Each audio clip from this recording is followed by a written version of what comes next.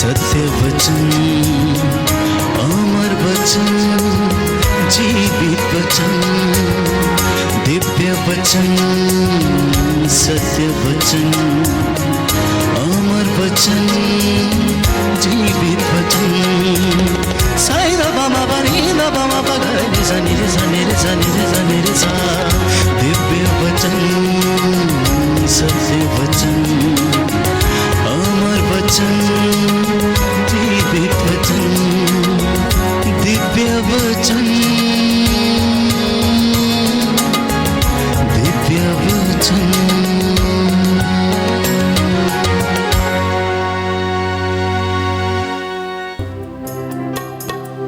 मैं कुछ भी नहीं हूँ तेरे सिवा, तू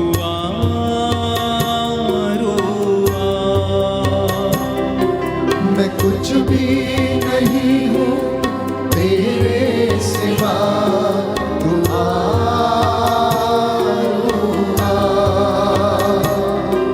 मैं कुछ भी नहीं हूँ तेरे सिवा, तू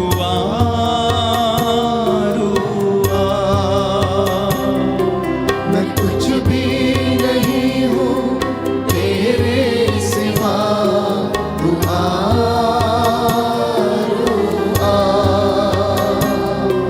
दे अपनी हजूरी, दे अपना मसा, तू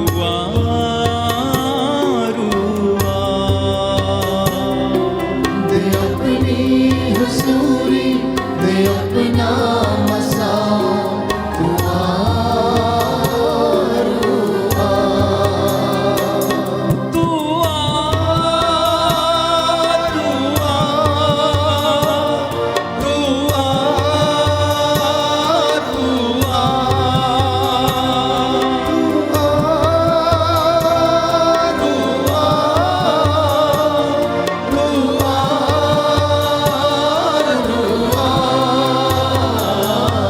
मैं कुछ भी नहीं हूँ तेरे सिवा, तू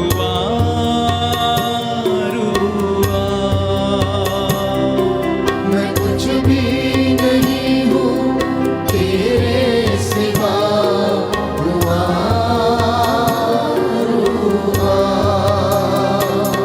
छू मुझको शिफा से, तू अपनी दया से, मुझको शिफा से, तू अपनी दया से, हर मुझको शिफा से, तू अपनी दया से, छू मुझको शिफा से, तू अपनी दया से, हर मुझको मसा से, यसू की वफा से, मुझको मसा से, यीशु की वफा से, तोड़ सारे ये बंधन है मेरे खुदा, तू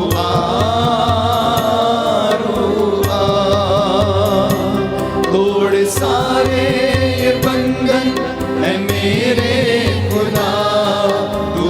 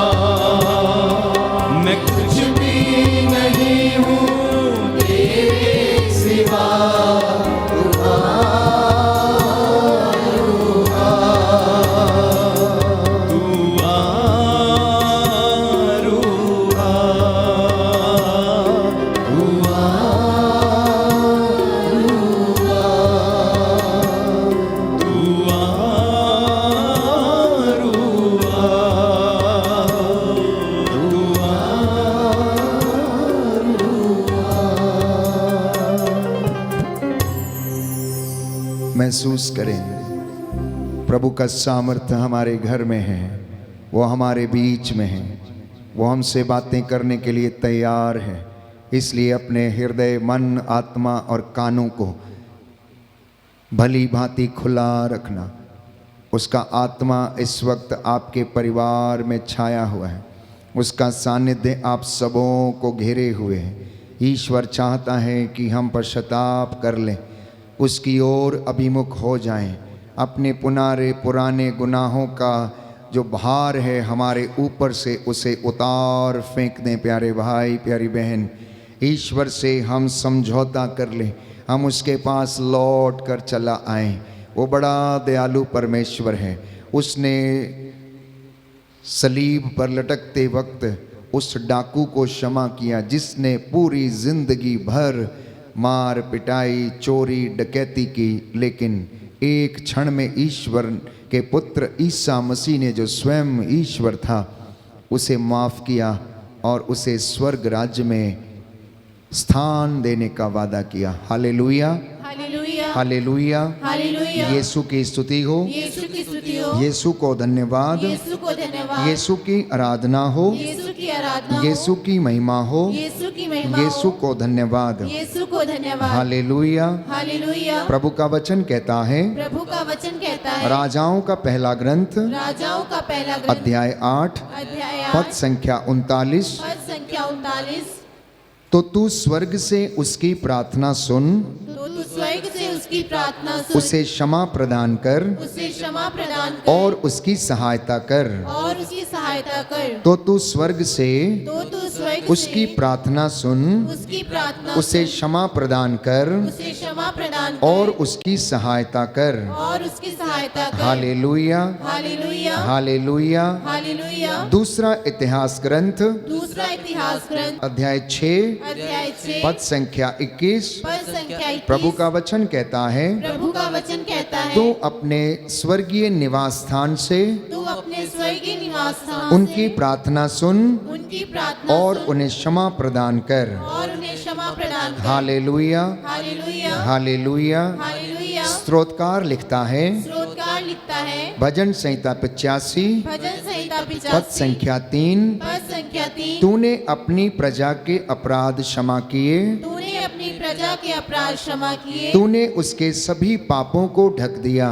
तूने उसके सभी पापों को ढक दिया। Hallelujah, hallelujah, hallelujah. हालेलुया।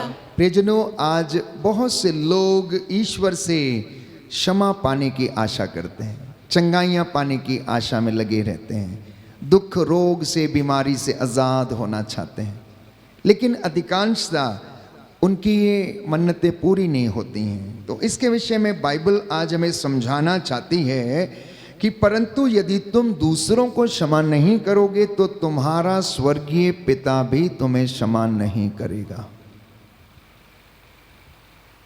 परंतु यदि तुम दूसरों के अपराध क्षमा नहीं करोगे तो तुम्हारा स्वर्गीय पिता भी तुम्हारे अपराध क्षमा नहीं करेगा। मत्ती रचित सुसमाचार अध्याय 6 पद संख्या 15। सुंदर वचन है प्यारे भाइयों और बहनों।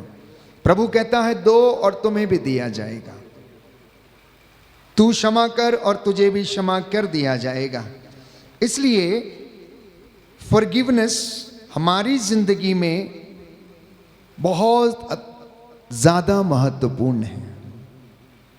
कई लोग बीमार हैं रिश्तों में खटास के कारण। कई लोगों का जीवन अशांत रहता है क्योंकि वो अपने पड़ोसी को, भाई बहन, माता पिता, पति पत्नी आपस में एक दूसरे को क्षमा नहीं कर पाते, जिंदगी भर अशांति में रहते हैं। वही विचार, वही भावनाएं घूम फिर के उनके जीवन को खाती रहती हैं। जैसे किसी लकड़ी को घुन लग जाता है और वो धीरे धीरे उसका खा के पूरा पाउडर बाहर निकाल देता है, वैसे ही इंसान की जिंदगी में उन लोगों के लिए ऐसा होता है जो क्षमा कर पाने में असमर्थ हैं। यूं ही बाइबल में ये नहीं लिखा, यूं ही यशायाह ने ये नहीं कहा कि प्रायश्चित और स्वीकृति में तेरा कल्याण है।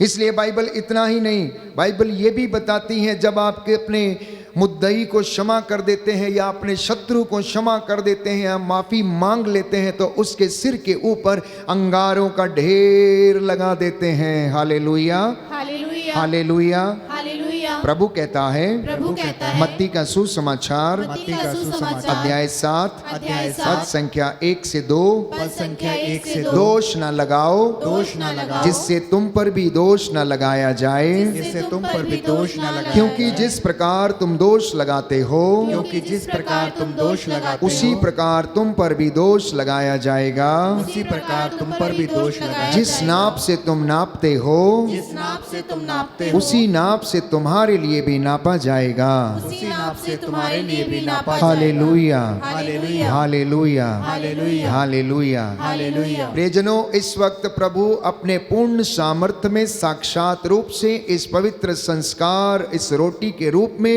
यहाँ उपस्थित है और आपसे बातें कर रहा है अपने दास फादर अशोक के माध्यम से। ये वचन मेरे नहीं है, ये वचन पवित्र बाइबल के हैं और बाइबल बार बार इसे समझाती है। कई विश्वासियों ने, प्रभु के चुने हुए दास दासियों ने इन वचनों के अर्थ को नहीं समझा है, इसलिए वो अपने जीवन में अशांत हैं। उनकी जिंदगी इतनी अशांत रहती है, इतने बेचैन रहते हैं कि उन्हें समझ नहीं आता कि कौन सा रास्ता अख्तियार करूं। इसलिए परिवार में निरंतर ईर्ष्या, कलेश, कलह हमेशा बना रहता। सेवकाई में भी प्यारे भाइयों और बहनों शैतान डेरा डालता और सेवकाई को आगे नहीं बढ़ने देता। कई मिनिस्ट्रियां फेल हो जाती हैं, कई सेवकाई जो है नष्ट हो जाती, कई परिवार बर्बाद हो गए, रिश्ते टूट गए, मात्र एक शब्द की कमी के कारण कि मुझे क्षमा कर दो, आई एम सॉरी। इसलिए प्रभु यीशु ने कहा, तुम में से जो सबसे पहला होना चाहता है वो सबका दास बने, सबका सेवक बने। जब चेलों में आपस में वाद विवाद हो रहा था कि हम में बड़ा कौन है, यीशु के पास कौन बैठेगा, दाहिने कौन बैठेगा, बाएं कौन बैठेगा, जबीदी के पुत्रों की माता आ गई और कहने लगी, मेरे दो बेटे हैं याकूब और योहन, एक को अपने दाएं और दूसरे को बाएं बैठने दीजिए। यीशु ने कहा, यह अधिकार मेरा नहीं है, ये अधिकार मेरा नहीं है, ये अधिकार मेरे पिता के पास है। मेरे पिता ने ये स्थान उन लोगों के लिए बनाया है जो उसकी इच्छा पूरी करते हैं, जिन्हें वो अपनी ओर आकर्षित करता है, जिन्हें उसने चुना है, जो उसके लायक समझे गए हैं, जिन्होंने अपने वस्त्रों को उसके लहू में भिगोया। ये स्थान उनके लिए, ये पिता डिसाइड करेगा, मैं डिसाइड नहीं करता। प्यारे भाइयों और बहनों, ये यीशु के शब्द थे। इसलिए हम पवित्र बाइबल में हम पढ़ते हैं कि ईश्वर के क्षमा की गाथा है। पूरे पुरानी व्यवस्था में हम पढ़ते हैं कि ईश्वर अपनी प्रजा को निरंतर क्षमा करता गया। इस्राएलियों से इतना प्यार करता था, बेइंतहा मोहब्बत करता था उनसे। उनके एक एक पाप, एक एक कमजोरी को उसने नजरअंदाज किया, उनकी कठोरता को उसने क्षमा किया, उनकी नादानियों को क्षमा किया। इसलिए पवित्र बाइबल निर्गमन ग्रंथ अध्याय 32 पद संख्या 32 में हमें बताती है कि जब ईश्वर इजराइलियों से नाराज हो गया, क्रुद्ध हो गया, उस समय मूसा दौड़ के जाता है, यीशु के ईश्वर के सामने घुटना टेकता है और कहता है, निर्गमन ग्रंथ अध्याय 32 पद संख्या 32 में, यदि तू इन्हें क्षमा कर दे, नहीं तो मेरा नाम अपनी पुस्तक से निकाल दे। या तो अपनी इस प्रजा को जिसका नेतृत्व करने के लिए तूने मुझे चुना है, या तो इन्हें क्षमा कर दे, नहीं तो मेरा नाम अपनी पुस्तक से निकाल दे, क्योंकि इनका नेतृत्व करने के लिए हे ईश्वर तूने मुझे चुना, मुझे बुलाया। मैं तैयार नहीं था, मैं तोतला था, मुझे बोलना नहीं आता था, लेकिन तूने मुझे कहा मैं तेरे साथ रहूँगा, मैं तेरे आगे आगे चलूँगा। ये मूसा से ईश्वर ने वादे किए और मूसा अब अधिकार के साथ ईश्वर से कहता है, या तो इन्हें क्षमा कर, नहीं तो मेरा नाम अपनी स्वर्ग की पुस्तक से निकाल दे। क्या आप में से कोई ऐसा है? क्या आप में से कोई ऐसा है जो मूसा की तरह मध्यस्थ बने अपने परिवार के लिए? कि आपके बुजुर्ग, आपकी दादी, आपका दादा, आपका नाना, आपकी नानी, आपकी बुजुर्ग माता या आपका बुजुर्ग पिता जो लगभग 70 वर्ष की आयु पार कर चुका है, क्या उसमें इतना विश्वास है कि प्रभु के सामने खड़ा होकर वो ये कहे कि मेरे बेटे को, मेरी बहू को या तो माफ कर दे या मेरा नाम अपने स्वर्ग की पुस्तक से निकाल दे? आपकी 70 साल की जो सेवकाई है, आपका जो विश्वास है जिसे आप प्रोफेस करते आए हैं, रोज दोहराते हैं, यीशु के सामने घुटना टेक कर पाक शराकत आप लेते हैं, पवित्र आत्मा को आप ग्रहण करते हैं संस्कारों में और यीशु का शरीर और रक्त ग्रहण करते हैं, क्या आपका विश्वास फलवंत हुआ है? ये आज मनन चिंतन का विषय है। यदि ऐसा नहीं हुआ है तो मैं समझता हूं कि कोई ना कोई कमी जरूर है, आध्यात्मिक जीवन में कोई गुण जरूर लगा हुआ है जिसकी वजह से आध्यात्मिक जीवन में उन्नति नहीं हो रही है और हम अपनी जिंदगी में अशांत रहते हैं। हमारा परिवार बिखरता जाता है, रिश्ते टूटते जाते हैं। इसलिए प्यारे भाइयों और बहनों, ईश्वर चाहता है कि हम उससे मेल मिलाप करें। आप चाहते हैं आपकी हड्डियां सलामत रहें, आप चाहते हैं आपकी नसें सलामत रहें, आप चाहते हैं आपके शरीर के अंग सलामत रहें, तो स्तोत्रकार कहता है अपने होठों को बुराई की बातें ना बोलने दो, अपनी जीभ को बुराई की बातें ना बोलने दो, अपनी जीभ को निंदा ना करने दो, अपने इन कानों को बुराई ना सुनने दो, क्योंकि बुरी संगति से अच्छा आचरण खराब हो जाता है। बुरी संगति से, वचन पे वाद विवाद करने से विश्वास खो जाता है। और बाइबल इसके विषय में हमें बताती है प्यारे भाइयों और बहनों कि ईश्वर तैयार रहता है मुझे और आपको फिर से बुलाने के लिए। बोलिए आमीन, आमीन, हालेलुया, हालेलुया। यीशु की स्तुति हो, यीशु की स्तुति यीशु हो। को धन्यवाद। यीशु को धन्यवाद। हे प्रभु यीशु, हे प्रभु यीशु, मैं आपसे प्यार करता हूँ, मैं आपसे प्यार करता मैं हूँ। क्षमा की याचना करता हूँ। मैं क्षमा की याचना अज्ञानता के कारण अज्ञानता के कारण मैंने आपका आदर नहीं किया, मैंने आपका आदर नहीं वचन को स्वीकार नहीं किया, वचन को स्वीकार अपने नहीं किया, हृदय को कठोर किया। अपने हृदय को कठोर हे किया। प्रभु यीशु, हे प्रभु यीशु, मुझे अपने हृदय में, मुझे अपने अपने लहू में अपने लहू में छिपा लीजिए। छिपा लीजिए। मेरे परिवार को मेरे परिवार अपने को लहू में अपने लहू छिपा लीजिए। छिपा मैं आपकी आराधना करता हूँ, आपकी महिमा गाता हूँ। हे प्रभु यीशु, मेरी संतान को अपने लहू में छिपा लीजिए। अपने लहू में मेरे छिपा माता पिता को, मेरे माता मेरे पिता को, बुजुर्गों को, मेरे बुजुर्गों मेरी को, कलीसिया को मेरी कलीसिया अपने को लहू से अपने लहू से धो दीजिए। धो दीजिए। हालेलुया। हालेलुया। मुझे संरक्षण प्रदान कीजिए। मुझे संरक्षण मैं प्रदान आपकी कीजिए। आराधना करता हूँ, मैं आपकी आराधना आपकी करता महिमा हूँ, गाता हूँ, आपकी महिमा गाता आपकी हूँ, जय जयकार करता हूँ। आपकी जय जयकार हालेलुया। करता हूँ। हालेलुया। प्रियजनों, अपने परिवार को आज प्रभु के लहू के संरक्षण में देना, क्योंकि बाइबल ये कहती है, लेवी ग्रंथ अध्याय 19 पद संख्या 17 और 18, सुंदर वचन है। लेवी ग्रंथ अध्याय 19 पद संख्या 17 और 18, इस वचन को मैं आप पढ़ूंगा और उसके बाद प्रभु की महिमा के लिए हम गीत गाएंगे, अंगीकार करते हुए मुझको छिपा लहू में। अपने भाई के प्रति अपने हृदय में बैर मत रखो। सुनिए ध्यान से, कान खोल के। अपने भाई के प्रति अपने हृदय में बैर मत रखो। यही बात बहन के लिए भी लागू है, यही बात माता पिता के लिए भी लागू है, यही बात पति पत्नी के लिए भी लागू है, यही बात सास ससुर के लिए भी लागू है, और यही बात आपके पड़ोसी के लिए भी लागू है। कहीं ऐसा ना सोच लें कि आप केवल अपने भाई से प्रेम करेंगे। नहीं प्यारे भाइयों और बहनों, इसी एक वचन में बहुत सारी बातें, महत्वपूर्ण बातें छिपी हुई हैं। और बाइबल कहती है अपने भाई के प्रति अपने हृदय में बैर मत रखो। इसको और अधिक समझाने के लिए मैं आपसे कहना चाहता हूँ, अपने पड़ोसी के प्रति बैर मत रखो, अपनी सास के प्रति बैर मत रखो, अपनी बहू के प्रति बैर मत रखो, अपने भाई बहन के प्रति बैर मत रखो, अपने पुरोहितों, अपने बड़ों के प्रति बैर मत रखो। यदि तुम्हारा पड़ोसी कोई अपराध करे तो उसे डांटो, नहीं तो तुम उसके पाप के भागी बनोगे। तुम ना तो बदला लो और ना अपने देश भाइयों के साथ मनमुटाव रखो। तुम अपने पड़ोसी को अपने समान प्यार करो, क्योंकि मैं ही प्रभु हूँ। तुम मेरे आदेशों का पालन करो। तुम एक जाति के पशु से दूसरी जाति के पशु का गर्भाधान नहीं कराओ। तुम अपने खेतों में 2 प्रकार के बीज नहीं बोओगे। तमाम शिक्षाएं प्यारे भाइयों और बहनों परमेश्वर ने अब इजराइलियों को प्रदान की। इसलिए इस वचन को पढ़ना ये हमारे लिए निरे वचन नहीं है। बाइबल कहती है, विधि विवरण ग्रंथ में लिखा है, ये तुम्हारे लिए निरी शिक्षा नहीं, निरे वचन नहीं है। इस पर तुम्हारा जीवन निर्भर है। आप जो इजरायली वंश हैं, चुने हुए लोग हैं, पवित्र किए गए लोग हैं, विश्वासी हैं, इन वचनों को पढ़ना, क्योंकि इन वचनों में जीवन है। इन पर तुम्हारा जीवन निर्भर है। आइए हम प्रभु की महिमा के लिए इस गीत को गाएं और मन ही मन प्रार्थना करें। अपने परिवार को समर्पित करना, कहना प्रभु से, मुझको छिपा लहू में।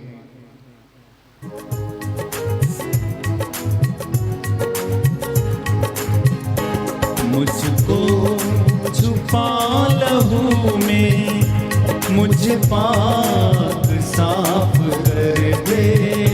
मुझको छिपा लहू में, मुझे पाक साफ कर दे। पापों से मैं भरा हूँ, यीशु तू माफ कर दे।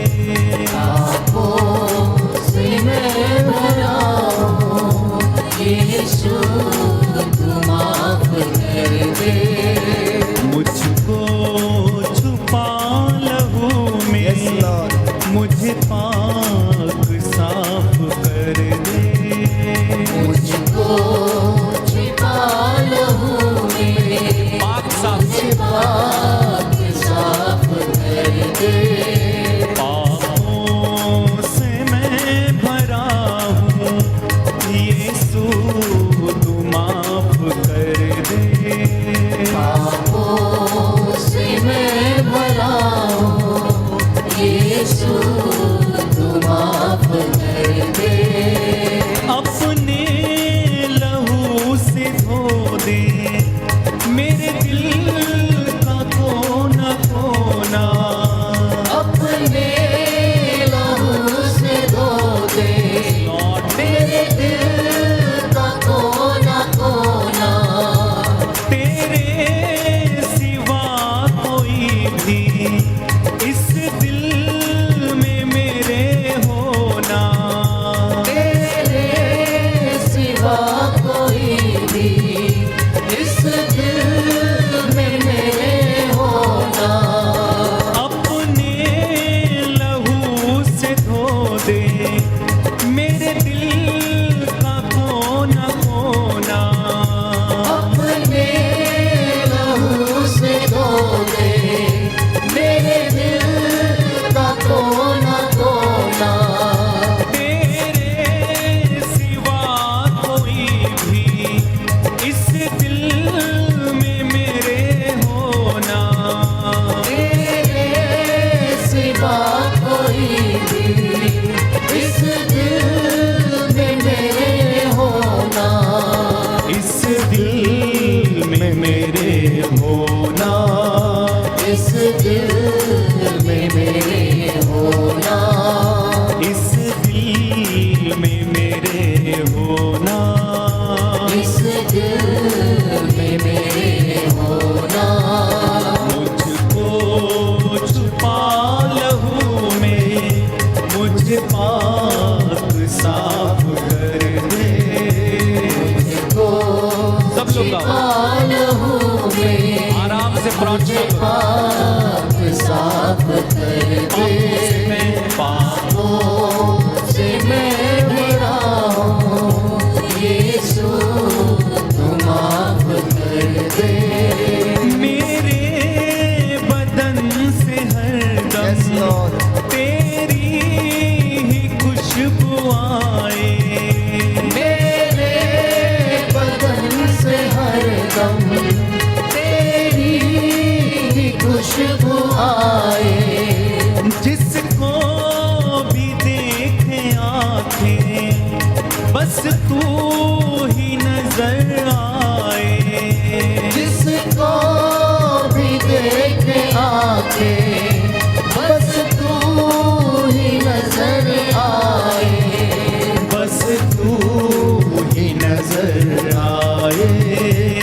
मस्तूरी नजर एक साथ आए, मिलकर गाएं। मुझको छिपा लहू में, मुझे पाक साफ कर दे। पापों से मैं पापों से मैं बना हूँ, यीशु तू माफ कर दे। छिपा में मुझको छिपा लहू में, मुझे पाक साफ कर पापों से दे। मैं पापों से मैं बना हूँ, यीशु तू माफ कर दे।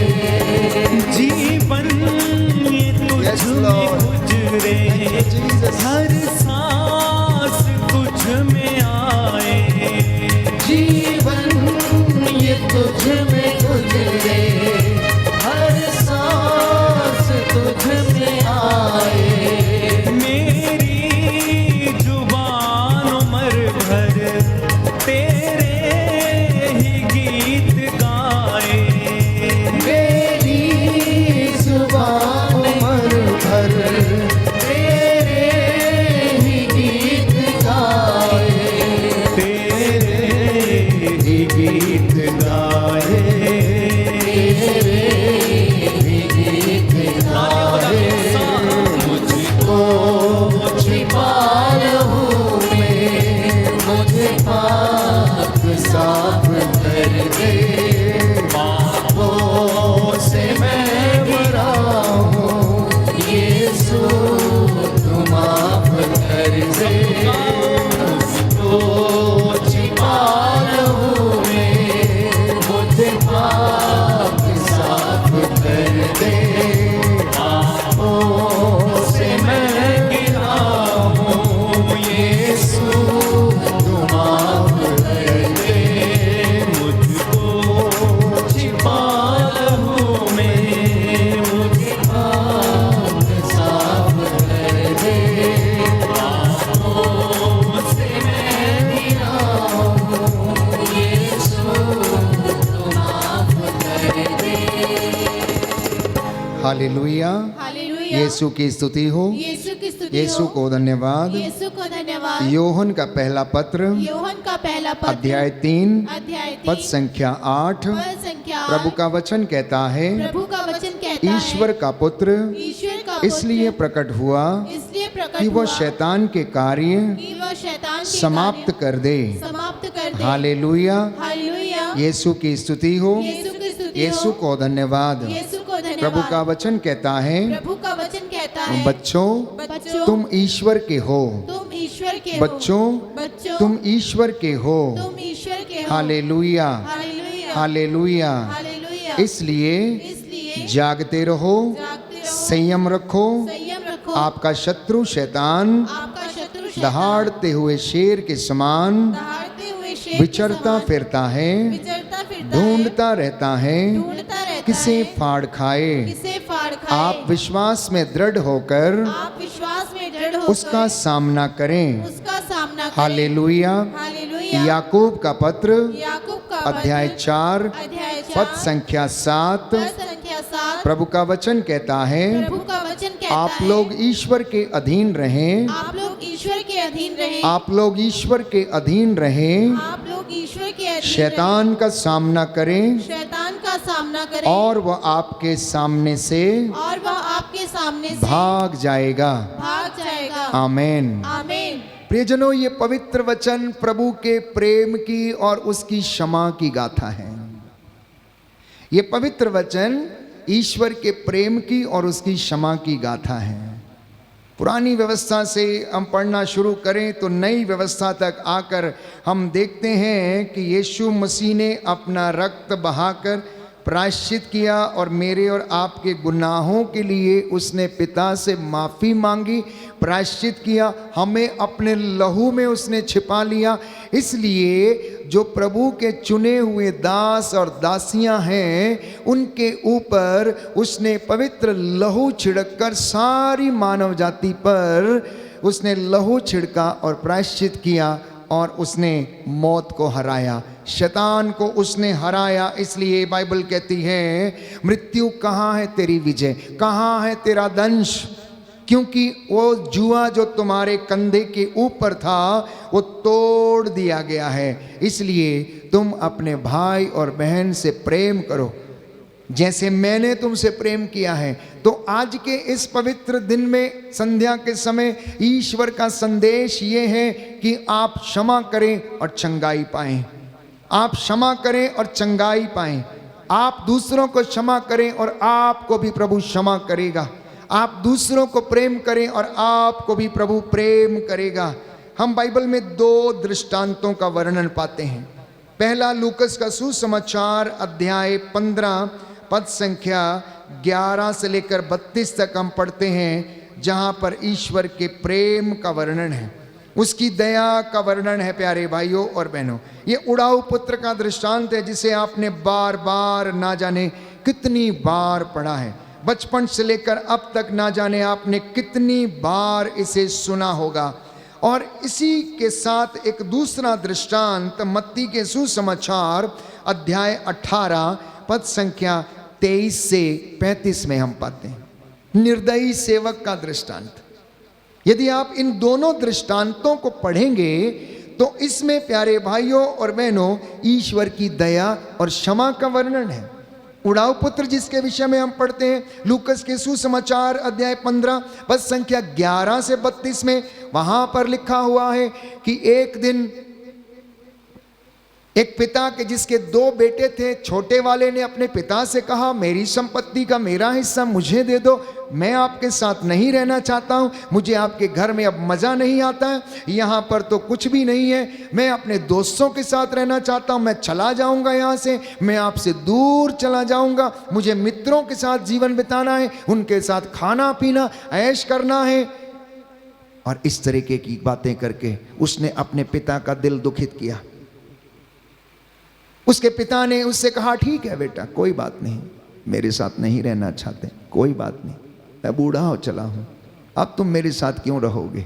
मैंने तुम्हें पाला पोसा और बड़ा किया है, बचपन से लेकर अब तक तुम्हारी परवरिश की है, ठीक है, तुम चाहते हो तो अपनी इच्छा पूरी करो, ये लो अपनी संपत्ति का हिस्सा और चले जाओ। वो जाता है क्योंकि शैतान उसके ऊपर हावी हो चुका था। उसके मन में वो प्यारे भाइयों और बहनों ऐसा बीज, जंगली बीज बो चुका था कि ये छोटा बेटा अपने पिता से अलग हो जाता है, चला जाता है, अपने दोस्तों के साथ खाता पीता ऐश करता है। और उसके बाद एक दिन उसके मित्र उसे लूट लेते हैं, बर्बाद कर देते हैं, उसके पास जो भी कुछ था वो सबके लिए समाप्त कर देता, उड़ा देता है। अब वो भूख से बेहाल हो जाता है, मरने लगता है। पानी नहीं है पीने को, रोटी नहीं है खाने को, सिर ढकने को छत नहीं, कपड़ा पहनने को, तन ढकने के लिए कपड़ा नहीं, पैरों में जूते पहनने के लिए पैसे नहीं प्यारे भाइयों और बहनों, क्योंकि उसके मित्र सब कुछ लूट कर लेकर चले गए। मित्रों के द्वारा शैतान ने उसकी जिंदगी में प्रवेश किया और उसे हर तरीके की अश्लीलता, नशा और उसमें उसे डाल दिया। इसलिए नौजवान बेटे और बेटियां, नौजवान दंपति, आप सावधान रहें। आप जिनसे मिलते हैं उनकी आप परख करना सीखें। संत पौलुस कहता, आत्माओं की परख करना सीखिए, क्योंकि आपकी जिंदगी में यदि कोई प्रवेश करता है तो प्रभु से पूछिए कि क्या ये व्यक्ति मेरी जिंदगी के लिए उचित है या नहीं। क्या ये मेरी जिंदगी को बर्बाद करेगा? क्या ये मेरे शरीर को बर्बाद करेगा? क्या ये मेरे जीवन को या मेरे पैसे को या धन संपत्ति को चुरा लेगा? ये आज के दिन प्रभु आपको समझाना चाहता है। ये दृष्टांत उतना ही पावरफुल आज है जितना ये प्रभु यीशु के ज़माने में जब उन्होंने इसे बोला, जब उन्होंने इसे लोगों को सुनाया। प्यारे भाइयों और बहनों, इसमें उतनी ही ताकत है, इसमें उतना ही मन फिराव करने का सामर्थ्य है जितना कि उस दिन था, क्योंकि इस वचन में सामर्थ्य है। जब उस बेटे को होश आया, जब वो भूख से मरने लगा, जब उसके पास कपड़े नहीं थे, रोटी नहीं थी, भोजन नहीं था, पानी नहीं था, सूअरों के साथ वो उस गंदगी में रहता था, उसकी फलियों को खाकर भूख मिटाता था। प्यारे भाइयों और बहनों, उसे होश आ गया, उसे होश आ गया। ऐसे ही कुछ लोग नौजवान बेटे और बेटियां घर से बाहर चले जाते हैं। कोई मुंबई चला जाता है, कोई विदेश चला जाता है, दूर भाग जाता है। चलो पापा के पास नहीं रहेंगे, मम्मी के साथ नहीं रहेंगे, हम कमा लेंगे, जैसे तैसे रह लेंगे। लेकिन प्यारे भाइयों और बहनों, एक कहावत है कि घूम फिर के गधा उस बरगद के नीचे ही आता है जहां उसे छांव मिलती है। वही हाल इस उड़ाऊ पुत्र का भी हुआ। सब कुछ समाप्त कर लेने के बाद अब उसे पिता की याद आती है। सोचने लगता है, मेरे पिता के घर में सैकड़ों नौकर चाकर रोटी खाते हैं, भरपेट भोजन करते हैं, किसी चीज की कमी नहीं है, सब कुछ है, और मैं यहां मर रहा हूं, मैं यहां भूखों मर रहा हूं, सुअरों के साथ रहना पड़ता है मुझे, अकाल पड़ा हुआ है, भोजन नहीं है खाने को। नहीं नहीं नहीं नहीं बोलता है, अब मैं होश में आ गया हूं, अब मैं निर्णय लूंगा, मैं उठूंगा, मैं जाऊंगा, पिता से कहूंगा कि पिताजी मैंने आपके और ईश्वर के विरुद्ध पाप किया, इसलिए आप मुझे अपने नौकरों में से एक रख लीजिए। देखिए यहां पर एक भाव बहुत सुंदर है। शायद आप में से कोई एक होता तो अपने बाप से जाकर कहता कि अभी भी मेरा हिस्सा बचा हुआ है, तुमने अभी अपने मकान में मुझे हिस्सा नहीं दिया है, जिस मकान में तुम रहते हो उसमें मेरा हिस्सा अभी बाकी है, इसलिए मुझे वो भी दे दो। लेकिन इस बेटे के अंदर जो अपनी संपत्ति का हिस्सा लेके गया था वो भाव नहीं आया, परंतु क्षमा का भाव आया, विनम्रता का भाव आया। उसने जाकर ये नहीं कहा कि अब मेरी संपत्ति का भाग दो जो बचा हुआ है, नहीं, वो तो मैं लेकर पहले ही चला गया था, अब तो मुझे आप नौकरों में से एक रख लीजिए, अब तो मुझे नौकरों में से एक रखिएगा, जैसे नौकर रहते हैं मैं भी यही रहूंगा। ये उसका प्रायश्चित का भाव था, ये उसका निर्णय था। और जानते हैं उसके पिता ने क्या किया? उसके पिता ने हाथ फैलाए और अपने बेटे को उसने सीने से लगाया। उसने अपने नौकरों से कहा, देखो मेरा बेटा जो खो गया था वो मिल गया था, ये मर गया था फिर जी गया है, जल्दी जाओ इसके पैरों में जूते पहनाओ, इसकी इसके अंगुली में अंगूठी पहनाओ, इसे नया कुर्ता लाकर पहनाओ और एक भोज का प्रबंध करो, हम खाएं, जश्न मनाएं, क्योंकि मेरा बेटा मुझे सही सलामत वापस मिल गया है। कहते हैं शाम, सुबह का भूला शाम को यदि घर वापस आ जाए तो उसे भूला नहीं कहते हैं। उसका प्रायश्चित उसे ईश्वर के पास ले आया, उसका पश्चाताप उसे पिता के साथ फिर से मिलाने के लिए ले आया। उस घर में आशीष आई, उस घर में खुशियां आई। लेकिन बड़ा बेटा थोड़ा नाराज हो गया, कहने लगा, ईर्ष्या करने लगा, कहने लगा ये नालायक इतने दिन से वेश्याओं के पीछे था, धन संपत्ति उड़ा रहा था, सब कुछ इसने उड़ा दिया, अपना इसने सब कुछ बेच दिया और आपने इसके लिए भोज का प्रबंध किया है। मैं घर के अंदर नहीं आऊंगा, आपने मुझे बकरी का एक बच्चा तक नहीं दिया जिससे कि मैं अपने दोस्तों के साथ जश्न मनाऊं, भोजन करूं। और पिता कहता है, बेटा जो मेरा है वो तो तेरा है, जो मेरा है वो तो तेरा है, लेकिन जश्न मनाना, खुश होना इसलिए ज़रूरी था। तेरा भाई जो खो गया था मिल गया है, जो मर गया था ये जी उठा है। पिता का प्यार देखिए प्यारे भाइयों और बहनों। और पिता फिर भी कहता है, इसलिए आप बच्चों में, नौजवानों में बहुत से ऐसे लोग होंगे जो अपने भाई से ईर्ष्या करते हैं, निंदा करते हैं भाइयों की, बहनों की, इसलिए आपके काम सफल नहीं होते हैं प्यारे भाइयों। और आपके पास सब कुछ है लेकिन शांति नहीं है। आपके पास पैसा है, मोटर गाड़ी है, बंगला है, बच्चे हैं, नौकरी है, लेकिन फिर भी आपकी ज़िंदगी में शायद एक चीज़ मिसिंग है और वो है सेटिस्फैक्शन, संतोष, ईश्वर की आशीष, ईश्वर की बरकत। इसलिए आज प्रभु के साथ फिर से वादा करना, जुड़ जाना उसके साथ। दूसरा दृष्टांत मैंने कहा जहां प्रभु के प्रेम की झलक नहीं, उसका पूरा प्रेम का वर्णन हमें मिलता है, और वो है मत्ती का सुसमाचार अध्याय 18 पद संख्या 23 से लेकर 35 तक। मत्ती का सुसमाचार अध्याय 18 पद संख्या 23 से लेकर 35 तक निर्दयी सेवक का दृष्टांत हम सुनते हैं प्यारे भाइयों और बहनों। लिखा है, यही कारण है कि स्वर्ग का राज्य उस राजा के सदृश है जो अपने सेवकों से लेखा लेना चाहता था। जब वो लेखा लेने लगा तो उसका लाखों रुपए का एक कर्जदार उसके सामने पेश किया गया। अदा करने के लिए उसके पास कुछ भी नहीं था। इसलिए स्वामी ने आदेश दिया कि उसे, उसकी पत्नी, उसके बच्चों और उसकी सारी जायदाद को बेच दिया जाए और ऋण अदा कर लिया जाए। इस पर सेवक उसके पैरों पर गिरकर ये कहते हुए अनुनय विनय करता रहा, मुझे क्षमा कर दीजिए, समय दीजिए, मैं आपको सब कुछ चुका दूंगा।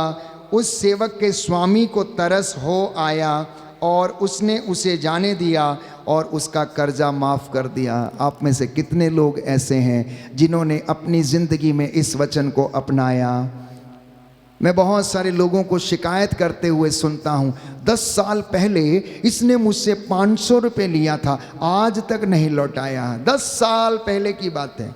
1000 रुपया लिया था, आज तक इसने नहीं लौटाया। उसे 10 बातें सुनाते हैं, 10 बातें गिनाते हैं। और यहाँ देखिए ईश्वर के प्रेम का वर्णन अपने परिवार में। मैं जानता हूँ आप हंस रहे होंगे इस वक्त, एक दूसरे को आप अपने घर में बोल भी रहे होंगे कि वास्तव में हमने गलत किया है। पिता के जैसे बनना, यीशु का मनोभाव धारण करना, प्यारे भाई और बहनों, आपको खुशी मिलेगी, आपको बरकत आएगी, आपकी धन संपत्ति में। हो सकता है वो एक बंधन आपकी जिंदगी में ये लगा हुआ है कि 10 साल से आप उस 500 रुपए के गुण गाते रहते हैं कि मुझे इस व्यक्ति ने नहीं दिया, इसने मेरी कढ़ाई ली थी मेरी वापस नहीं की, इसने मेरा भगोना लिया था वापस नहीं किया, इसे मैंने बकरी का बच्चा दिया था इसने मुझे वापस नहीं। हो सकता ये एक बंधन आपकी संपत्ति पर घर में लगा हुआ है जिसकी वजह से आशीष नहीं है। और यहाँ हम दृष्टांत को पढ़ते हैं कि बाइबल कहती है राजा ने उसे जाने दिया,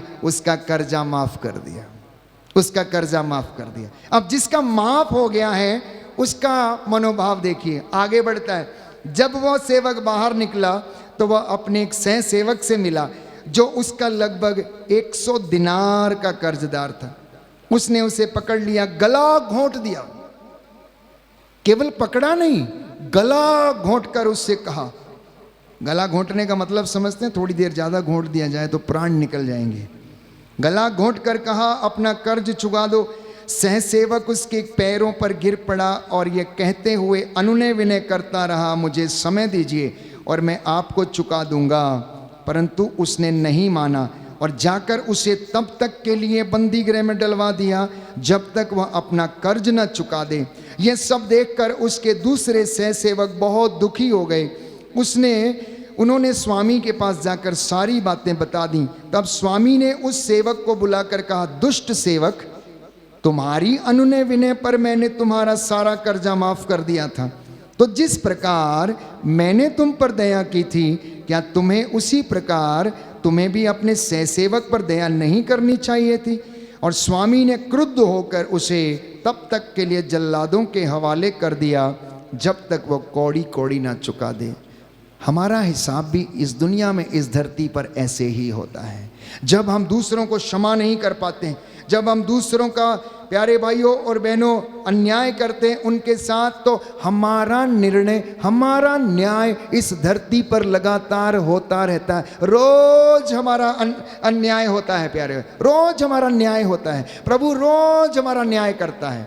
आप अपनी जिंदगी में देखिए, कामों में देखिए, अपनी गतिविधियों में देखिए, अपने रोजमर्रा की जिंदगी का जो काम है उसमें देखिए कि हमारी हर एक बुरी हरकत का जो न्याय है वो रोज होता है। और कभी जिसका हमें खामियाजा भुगतना पड़ता है वो हमारे अपने कुकर्मों का फल है प्यारे भाइयों और बहनों। इसलिए पेतरुस ने एक सवाल किया। बाइबल कहती है मत्ती के सुसमाचार अध्याय 18 पद संख्या 22 में, कितनी बार क्षमा करूं? आप में से भी बहुतों के सवाल होंगे, शायद मेरे सामने होते तो आप मुझसे पूछते कि फादर कितनी बार क्षमा करूं? थक गया हूं क्षमा करते करते, बार बार ये सुनता ही नहीं है, समझती ही नहीं है, क्या करूं फादर, कैसे करूं? आप कहते हैं बार बार इसे क्षमा करो। मैं नहीं कहता, प्रभु कहता मैं नहीं कहता बार बार, मैं कहता 70 गुना 7 बार, मतलब अनगिनत बार कहता क्षमा करो। तुम करते जाओ, जितनी बार क्षमा करोगे उतनी बार उसके सिर पर अंगारों का ढेर लगता जाएगा प्यारे भाइयों और बहनों। लेकिन आप बरकतों में आगे बढ़ेंगे, आप आशीषों में आगे बढ़ेंगे, आपको प्रभु आशीष प्रदान करेगा। क्षमा का एक और दूसरा उदाहरण हम पाते हैं। पुराने जमाने में क्षमा कैसे किया जाता था? या फिर इनकी धन संपत्ति को बेच दिया जाए और इनका कर्ज अदा कर दिया जाए। घर में जाकर आप एक दृष्टांत और पढ़ना, राजाओं का दूसरा ग्रंथ अध्याय 4 पद संख्या 1 से 7, इसको नोट करें, आप पढ़ें। एक गरीब विधवा की कहानी है प्यारे भाइयों और बहनों, एक गरीब विधवा की कहानी है। उसके विषय में लिखा गया है कि जब उसे प्रस्तुत किया गया, राजाओं का दूसरा ग्रंथ अध्याय 4 पद संख्या 1 और उससे आगे। एक दिन नबियों के शिष्यों में एक की पत्नी ने अलीशा से प्रार्थना करते हुए कहा, आपके दास मेरे पति की मृत्यु हो गई और आप जानते हैं कि आपके पास प्रभु भक्त थे। अब महाजन मेरे दोनों पुत्रों को दास बनाने के लिए जा रहा है। अलीशा ने उससे पूछा, तो मैं तुम्हारे लिए क्या कर सकता हूँ? मुझे बताओ कि तुम्हारे घर में क्या क्या है। उसने उत्तर दिया, आपकी इस दासी के घर में तेल से भरी एक कुप्पी के सिवा और कुछ भी नहीं। उसने उससे कहा, जाओ और अपने सब पड़ोसियों से खाली बर्तन मांग लाओ, जितने अधिक ला सको ले आओ। तुम अपने पुत्रों के साथ घर जाकर भीतर से किवाड़ लगा लो और उन सब पात्रों में तेल डालो, जैसे जैसे वे भरते जाएं उन्हें अलग रखती जाओ। वहाँ से घर आकर उसने अपने पुत्रों के साथ भीतर जाकर किवाड़ लगा लिए। वे दोनों उसे बर्तन देते जाते और वह उसमें तेल डालती जाती। जब सारे बर्तन भर गए तब उसने अपने बेटे से कहा, और बर्तन दो। इस पर वो बोला, और कोई खाली बर्तन नहीं है। तब तेल बहना बंद हो गया। प्रभु का चमत्कार देखिए। जब आप क्षमा करते हैं, जब आप प्रभु की बात को मानते हैं, वो अपने दास की वाणी को सच प्रमाणित करता। अलीशा ने उससे कहा, जाओ गांव से पूरे खाली बर्तन इकट्ठे करके ले आओ और जो कुप्पी में तुम्हारी तेल है इन बर्तनों में डालो। और वो डालती गई, बर्तन भरते गए। और उसके बाद में उसने कहा, उसने जाकर ये सारा हाल ईश्वर भक्त अलीशा को सुनाया। उसने कहा, जाओ तेल बेचकर अपना ऋण चुका दो और बचे हुए तेल का उपयोग अपने और अपने पुत्रों के लिए करो। आप में से कितने लोग हैं जो बैंक के कर्ज से दबे हुए हैं, इंस्टॉलमेंट पे नहीं कर पाते हैं, घर की कुर्की हुई पड़ी है? प्यारे भाइयों और बहनों, मैं आपसे यीशु के नाम पर कहना चाहता हूँ, प्रभु के वचन पर भरोसा करें। जैसा आप करेंगे वैसा आपके साथ होगा। यदि आप माफ करेंगे तो आपको भी माफी मिलेगी। आप प्रेम करेंगे तो आपसे भी ईश्वर प्रेम करेगा। यदि आप दूसरों के लिए प्रबंध करेंगे तो वो आपके लिए भी प्रबंध करेगा। ये आज के पवित्र दिन का संदेश है। यदि आप चंगे हो जाना चाहते हैं तो दूसरों की चंगाई के लिए भी प्रार्थना करें। यदि आप अच्छे भले रहना चाहते हैं तो आप भी अपने आप को प्रभु को समर्पित करें, पवित्रताई का जीवन जिएं। हम प्रार्थना करेंगे प्यारे भाइयों और बहनों कि प्रभु हमारे हाथ पैरों को बल दे। हमारी जो हड्डियां रोगों के कारण छीज रही हैं, जैसा कि दाऊद ने कहा, मेरी हड्डियां छीज रही हैं, मैं बीमार पड़ गया हूँ, मुझे क्षमा कर, मेरे पापों के कारण मैं बहुत दुखी हूँ। आइए हम प्रार्थना करें। प्रभु का नाम जो हमें मुक्ति देता है, शिफा देता, उद्धार देता है, आपको और मुझे आशीष प्रदान करे, बरकत दे। हम एक दूसरे को क्षमा करने वाले बन सकें, जीभ पर नियंत्रण रखें, कानों पर, इंद्रियों पर नियंत्रण रखें और उन्हें यीशु के नाम पर अपने भाई बहनों को क्षमा करें, प्रेम करें।